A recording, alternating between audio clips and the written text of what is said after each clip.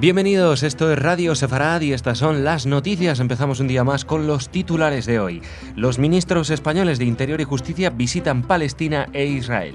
Detenido en Badalona por propaganda y reclutamiento para el Daesh y atentados autónomos. Las conversiones al judaísmo en Israel vuelven a ser monopolio de los ultraortodoxos.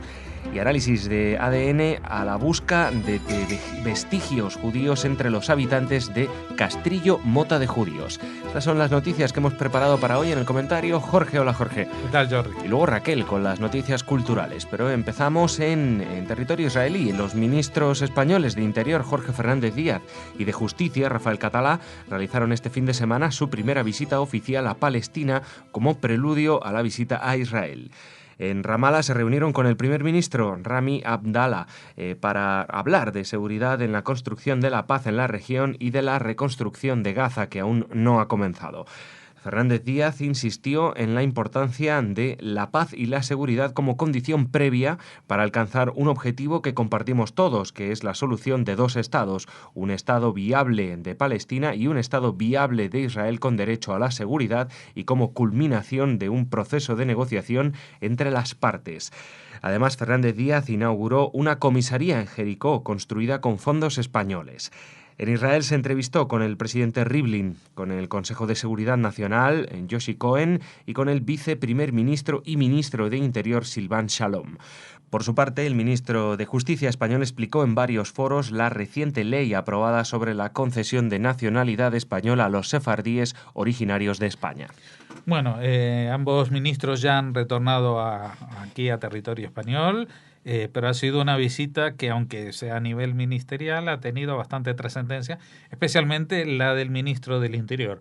Digamos que el ministro de Justicia un poco aprovechó el viaje para ir a vender el tema de la nacionalidad en Israel, donde se supone que están la mayor parte de los sefardíes originarios de España.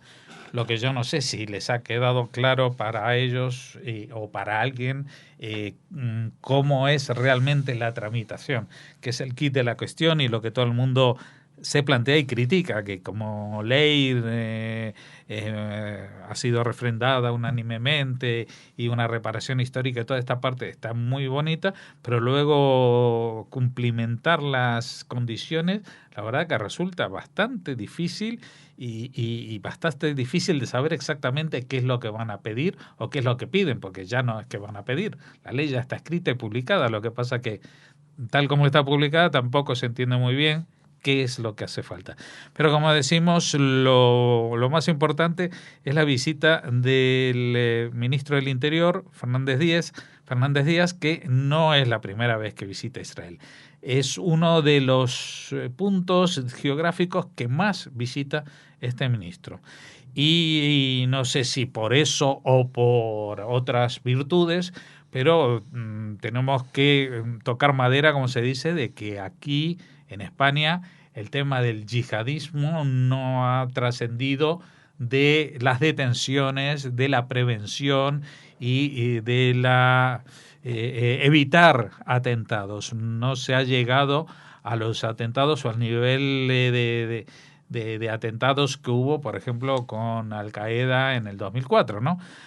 Nadie quiere llegar a esa situación, pero la verdad es que, por ejemplo, cuando fue la semana pasada este triple atentado en París, en Kuwait y en Túnez, pues declaró el estado de alerta 4, que es el mismo que se dio después de los atentados de Atocha, aquí para España.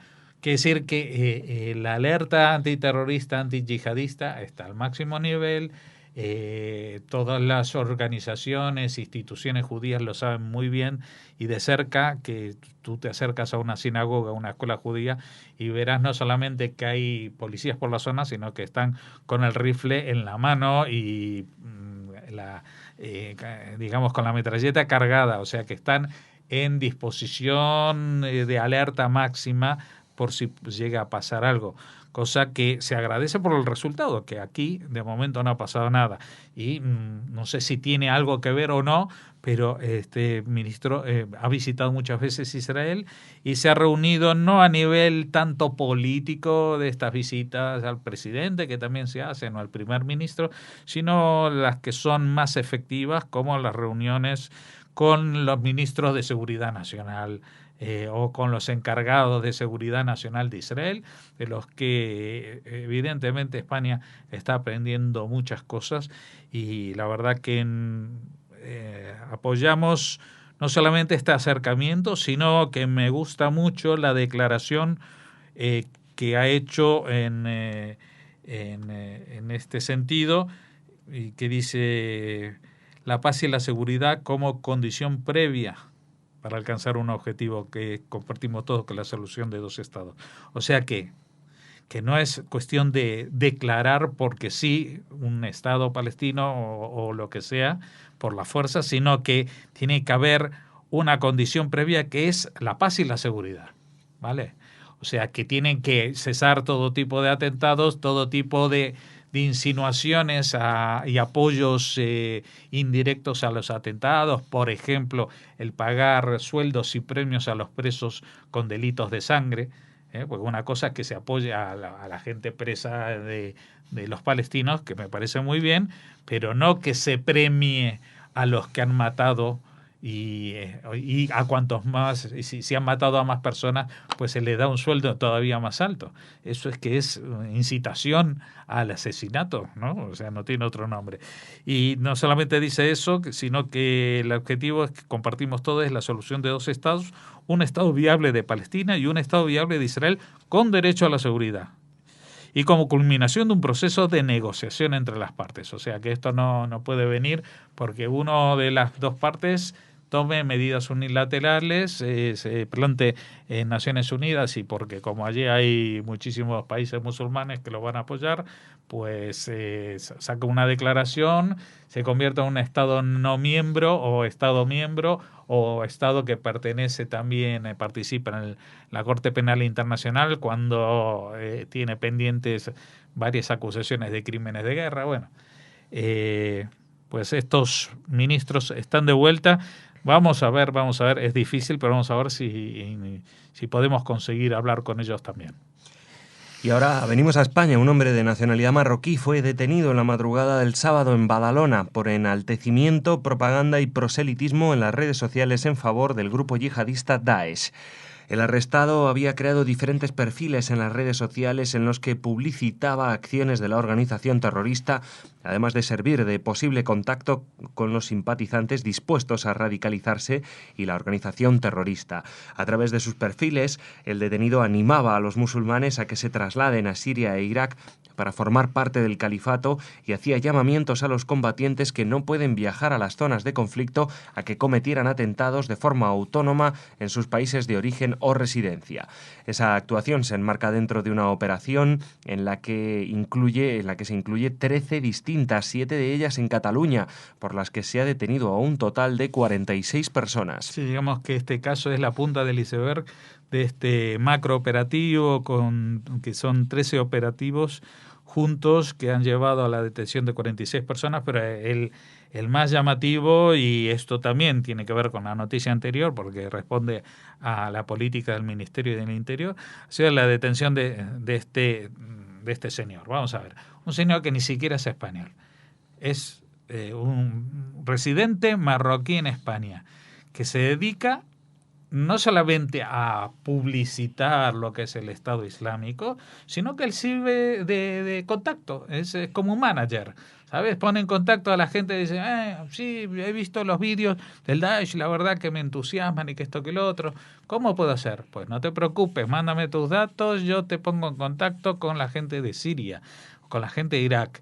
Dice: sí, pero es que no tengo dinero, o tengo que quedarme, o tengo que sustentar a la familia, que esto y lo otro. Dice: bueno, hombre, si usted no puede hacerlo, pues siga nuestros consejos y mate a la gente de su entorno.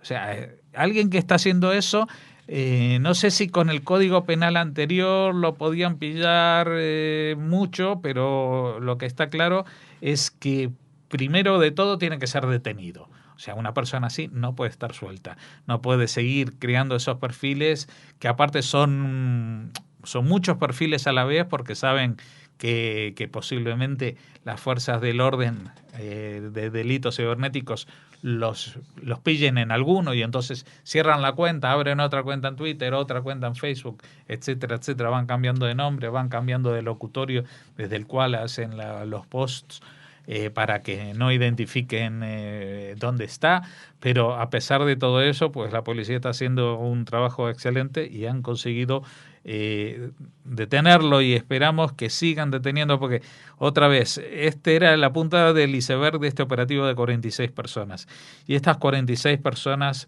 son la punta del iceberg de lo que realmente es la presencia de gente que está trabajando por el terrorismo yihadista, por el Daesh, en España, especialmente en la zona de Cataluña. Todo hay que remarcarlo porque es muy importante. La zona de Cataluña y el Levante es terrible la penetración que tiene. Pero digamos que si estas son 46 personas, esta es la punta del iceberg, que decir que hay 600, 800 personas que están trabajando hoy en día haciendo esto mismo en favor del Daesh, algunos que están empezando, algunos con más torpeza, algunos con más libertad, pero son 800 terroristas que están utilizando las redes sociales para generar más terrorismo. Esto es como aquella vieja leyenda del aprendiz de brujo que cuando se perdía la escoba, pues seguían 2 escobas y cuando tratabas de frenar esas 2 escobas se multiplicaban y se multiplicaban.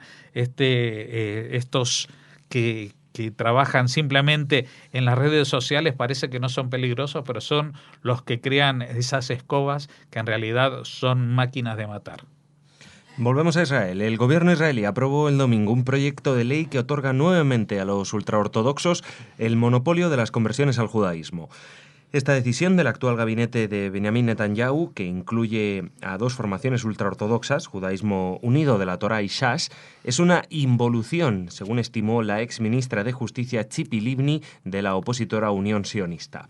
Actualmente, unos 300.000 israelíes son considerados sin religión. La mayoría de ellos son inmigrantes de la ex Unión Soviética que suelen tener ascendencia judía, pero los ultraortodoxos no los consideran judíos en función de una interpretación muy estricta de la ley religiosa. El anterior gobierno, que también encabezaba Netanyahu, pero que no incluía representantes de formaciones ultraortodoxas, había adoptado una legislación que facilitaba las normas para la conversión. Los judíos ultraortodoxos constituyen el 10% de la población israelí de 8,3 millones de personas. Sí, es una pena que este 10% de la población pues marque las pautas al resto del 90% de la población. Especialmente cuando dentro de ese 90% de la población hay un porcentaje importante, unas 300.000 personas, que son los judíos que estaban viviendo, o descendientes de los judíos que vivían en la Unión Soviética. Vamos a explicar las diferencias. Según las leyes religiosas estrictas, pues solamente es judío el hijo de vientre judío. O sea que tiene que ser hijo de madre judía. Y la madre judía es judía porque nació a su vez de madre judía, etcétera, etcétera. Y esa es la única posibilidad de ser judío o mediante una conversión que regulen estos grupos ultraortodoxos que convierten al que se convierte al judaísmo no en un judío más, sino en un judío ortodoxo, ultraortodoxo. Solamente esa es la única posibilidad de convertirse al judaísmo. Y esto es lo que se critica en la sociedad israelí, porque si uno dice, bueno, no importa cuál es el proceso de conversión, pero luego tú puedes ser un judío como cualquier otro israelí. No. Solamente van a admitir como judío al que se incorpore no solamente de todo corazón y de plena fe, sino en su forma de actuar, en su forma de trabajar, en su forma de comer, de vestirse y por supuesto en su acción política como un judío ultraortodoxo. En cambio, las leyes de Israel, las leyes de la ley del retorno a Israel, consideran que pueden ser ciudadanos judíos, pueden optar a la ciudadanía judía todo aquel que tenga al menos un abuelo judío. ¿Y por qué esta diferencia? O sea, de la madre judía a tener abuelos judíos. porque esta misma ley de los abuelos judíos fue la ley que utilizaron los nazis para determinar si alguien era enviado a la muerte como judío.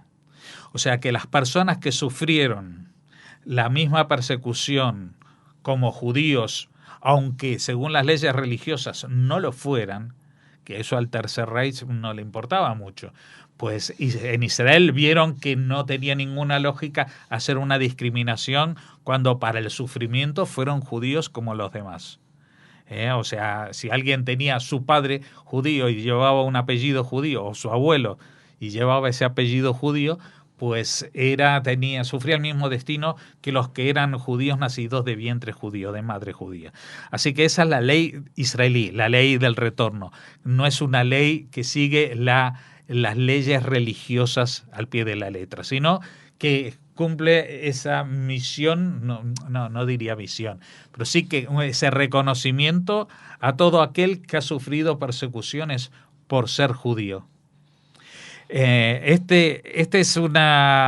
Aquí hay una disonancia entre estos dos conceptos y por primera vez en muchísimos años y después de la llegada masiva de estos judíos sin religión, que son muchos de estos judíos de la Unión Soviética cuya madre o cuya abuela no era judía y por lo tanto no entran en la categoría religiosa del judaísmo, pues no se pueden incorporar totalmente a todas las funciones y todos los puestos que exige y que hay disponibles en la sociedad israelí, justamente por esta discriminación que aparecen en el epígrafe sin religión. Si ellos aparecen en el epígrafe judío, pues podrían optar a otro tipo de historias.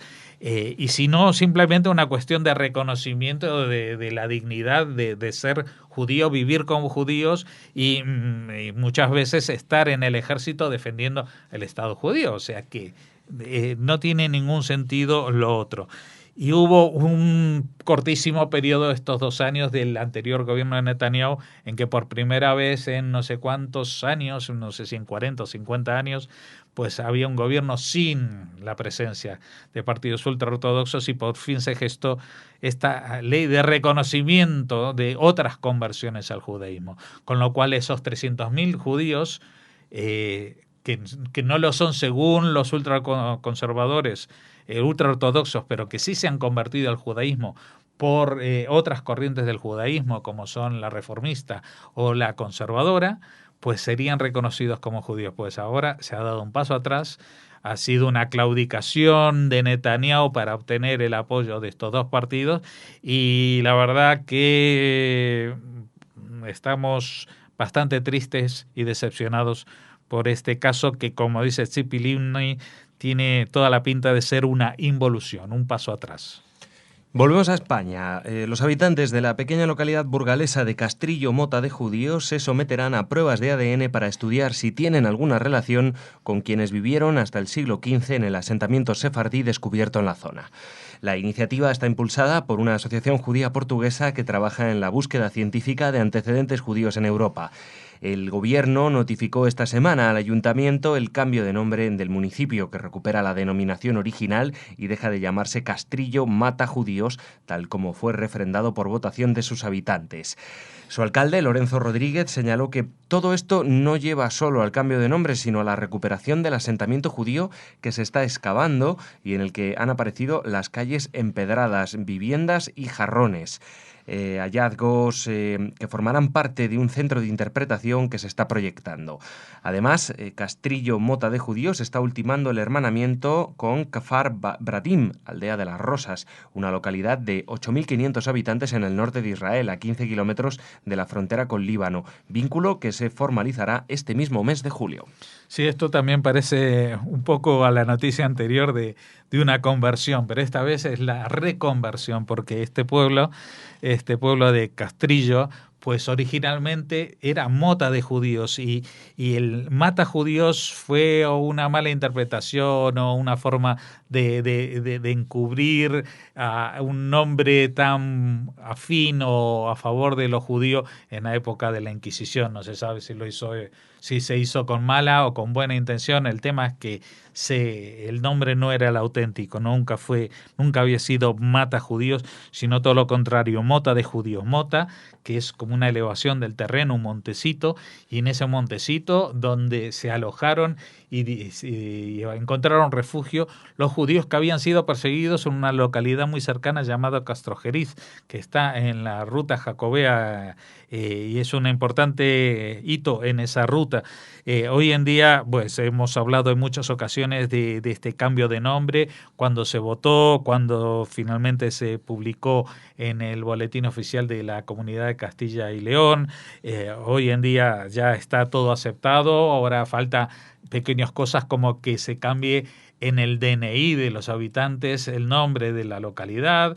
Quedan algunos carteles que todavía no llevan el nombre antiguo, pero también traemos esto ahora porque ha salido esta iniciativa de que los habitantes que quieran pueden verificar si su ADN tiene restos o parte de vestigios judíos, tal como están investigando a través de una asociación judía portuguesa, de la que hablamos también cuando estuvimos hablando esta semana pasada de este encuentro que tiene lugar en Zamora Sefardí, donde se presentó también esta asociación con este método de investigación por ADN, y también hablamos de ello, un congreso que hubo, creo que fue en abril, en Israel, en una mizclalá, en un colegio en Naharía, donde se dieron una especie de congreso internacional de Anusim, o sea, de descendientes de conversos forzosos, donde también se habló de estas pruebas de ADN. A mí la verdad que ese tema del ADN no me convence mucho, porque los judíos nunca se ha definido ni por lo racial ni por lo sanguíneo, y en la historia del judaísmo está llena de pueblos e individuos conversos de las distintas y más diferentes razas. Por eso cuando uno va a Israel, pues ve gente que son desde el negro carbón hasta el blanco más lechoso en las pieles, desde el pelo más lacio y hasta el más rizado, gente baja, mediana estatura, alta estatura.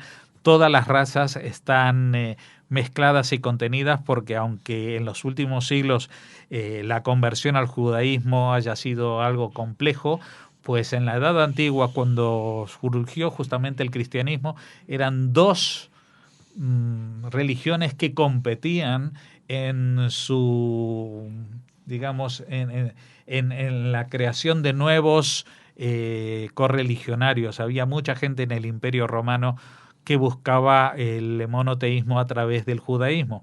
Otros lo buscaron a través del cristianismo, pero eso solamente cambió cuando se hizo religión oficial del imperio. Hasta ese entonces, como decimos, muchísimos pueblos, no solo en Europa occidental, también en Europa oriental, como el famoso reino de los házaros en la zona de los Cáucasos, pues algunos incluso se convirtieron prácticamente todo el pueblo al judaísmo, con lo cual los restos de ADN, pues lo que se pueda ver por el ADN es bastante relativo, pero sí que es interesante que la gente del pueblo siga buscando esa huella judía en la arqueología y en cualquiera de los distintos aspectos que tiene su vida hoy, que hasta hace pocas décadas prácticamente desconocían. Gracias, Jorge. Mañana te vemos de nuevo. Ahora Raquel con la agenda cultural.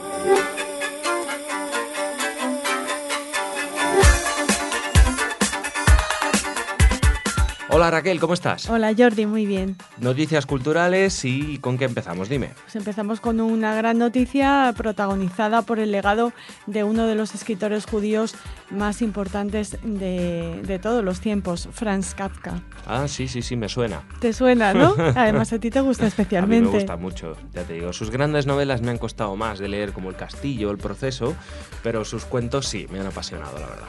Bueno, pues ahora su legado va a poder consultar consultarse y estudiarse en la Biblioteca Nacional de Israel. Y bueno, esto no ha sido un proceso fácil porque les recordamos a nuestros oyentes que seguro que están familiarizados con la historia. Decir también que la semana pasada se cumplía la efeméride de su nacimiento. Franz Kafka nació el 3 de julio de 1883 y a pocos días, horas de su muerte, le confió a su íntimo amigo Max Brod la tarea de destruir todos sus manuscritos, algo que afortunadamente no hizo Brod, y por eso podemos contar con el legado de este importantísimo escritor judío nacido en Praga. Bueno, ¿qué pasó? Que a la muerte del propio Max Brod, que se produjo en 2007, la heredera de estos manuscritos, de este legado, fue Esther Hoffe, su secretaria, quien a la hora de morir también legó los manuscritos y cartas a sus 2 hijas. Fue entonces cuando la Biblioteca Nacional, amparada por el gobierno de Israel, y las herederas, las hermanas Hoffe, apoyadas por el Archivo de Literatura Alemana, iniciaron un complicado litigio que acaba de cerrarse con la declaración por parte de la justicia israelí de que finalmente estos manuscritos tienen que permanecer en la Biblioteca Nacional de Israel al alcance de todos, investigadores, admiradores, seguidores de la obra de Franz Kafka. Es que las hermanas Hoffe querían que ese material fuera suyo, ¿no? Que fuera de su propiedad. Suyo, y como están escritos en alemán, bueno, pues claro, el Archivo de Literatura Alemana pues también ejercía de literatura presión. Alemana, pero si fuera Checoslovaquia o Chequia, ya bueno, Checoslovaquia en aquel ya no momento existe, formaba parte, cuando nació Kafka, formaba parte del Imperio Austrohúngaro. Entonces, bueno, claro, era el Imperio. Bueno, lo importante es que estaban escritos en alemán, y eso era un poco a lo que se referían a la hora de justificar sus pretensiones en este litigio. Ha ganado la literatura, han ganado los investigadores y los seguidores de Franz Kafka, y ya podemos contar con este legado, como les decimos, en la Biblioteca Nacional de Israel. Y para nuestra segunda noticia también nos situamos en Israel, Jordi, porque la UNESCO, la Organización Cultural de la ONU, ha declarado Patrimonio de la Humanidad el complejo funerario de Beit Shearim, que es del segundo siglo de la era común. El Comité de las Naciones Unidas, Organización para la Educación, la Ciencia y la Cultura, esto es la UNESCO, se reunió en Bonn y ha votado la inclusión de este complejo funerario en su lista de sitios notables de patrimonio cultural. La propuesta, esto siempre es curioso, ¿no? Es como las votaciones de Eurovisión, Jordi, que tanta audiencia tienen. Bueno, pues la propuesta fue aprobada por 27 votos a favor y 4 en contra. Y les decimos quién se mostró en contra.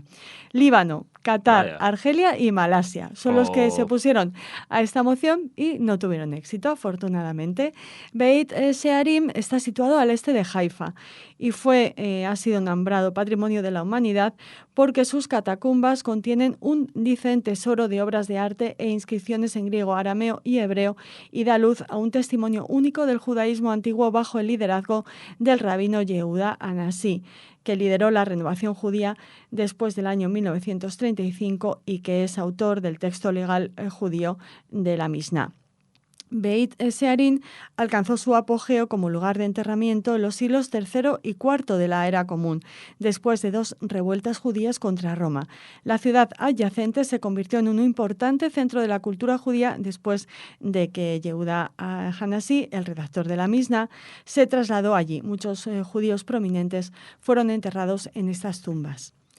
Con la votación de la UNESCO que se produjo este domingo pasado, Beit Shearim se convierte en el 9º sitio de Israel en ser declarado Patrimonio de la Humanidad, que teniendo en cuenta lo pequeñito que es Israel, bueno, pues no está mal, muy bien, Jordi. Entre los otros sitios israelíes que ya están en la isla, bueno, se los comenta en la lista, se los recordamos. Son las cuevas del Parque Nacional Maresá Beit Guberin, los restos prehistóricos de Nahal Meharot, el templo Bahá'í en Haifa, los restos de construcción de los pueblos nabateos en el Negev a lo largo de la ruta de las especias, la colección de edificios bajaos de Tel Aviv, la antigua fortaleza de Masada y la ciudad vieja de Acre. Y el primer sitio de Israel en ingresar a esta lista fue la ciudad vieja de Jerusalén y sus murallas, que fue declarada Patrimonio de la Humanidad en 1981.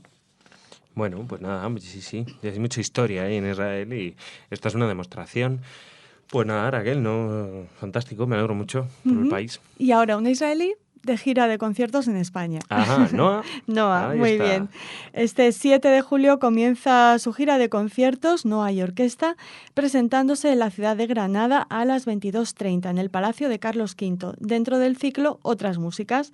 La cantante israelí Noa, con raíces yemenitas y americanas, presenta un programa de esos que nos dan muchísima envidia junto a la Orquesta Ciudad de Granada.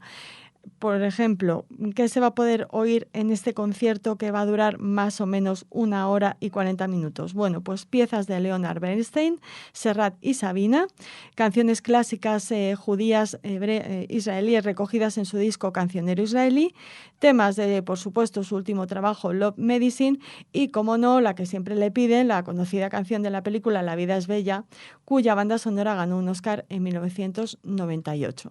Va a estar de gira en España, como les adelantábamos en nuestras noticias de los lunes, y bueno, les iremos comentando el paso de Noa por nuestro país. Muy bien, Noa.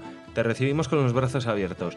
Pues nada, a ver, si alguien tiene oportunidad de verla y le gusta el concierto, escríbanos y cuéntenos cómo ha sido. Eso. Será maravilloso. En redacción sí. @radiosefarad.com. ¿Vale? Hasta bueno, mañana. Raquel, gracias. Pues mañana nos vemos con más noticias aquí en Radio Sefarad.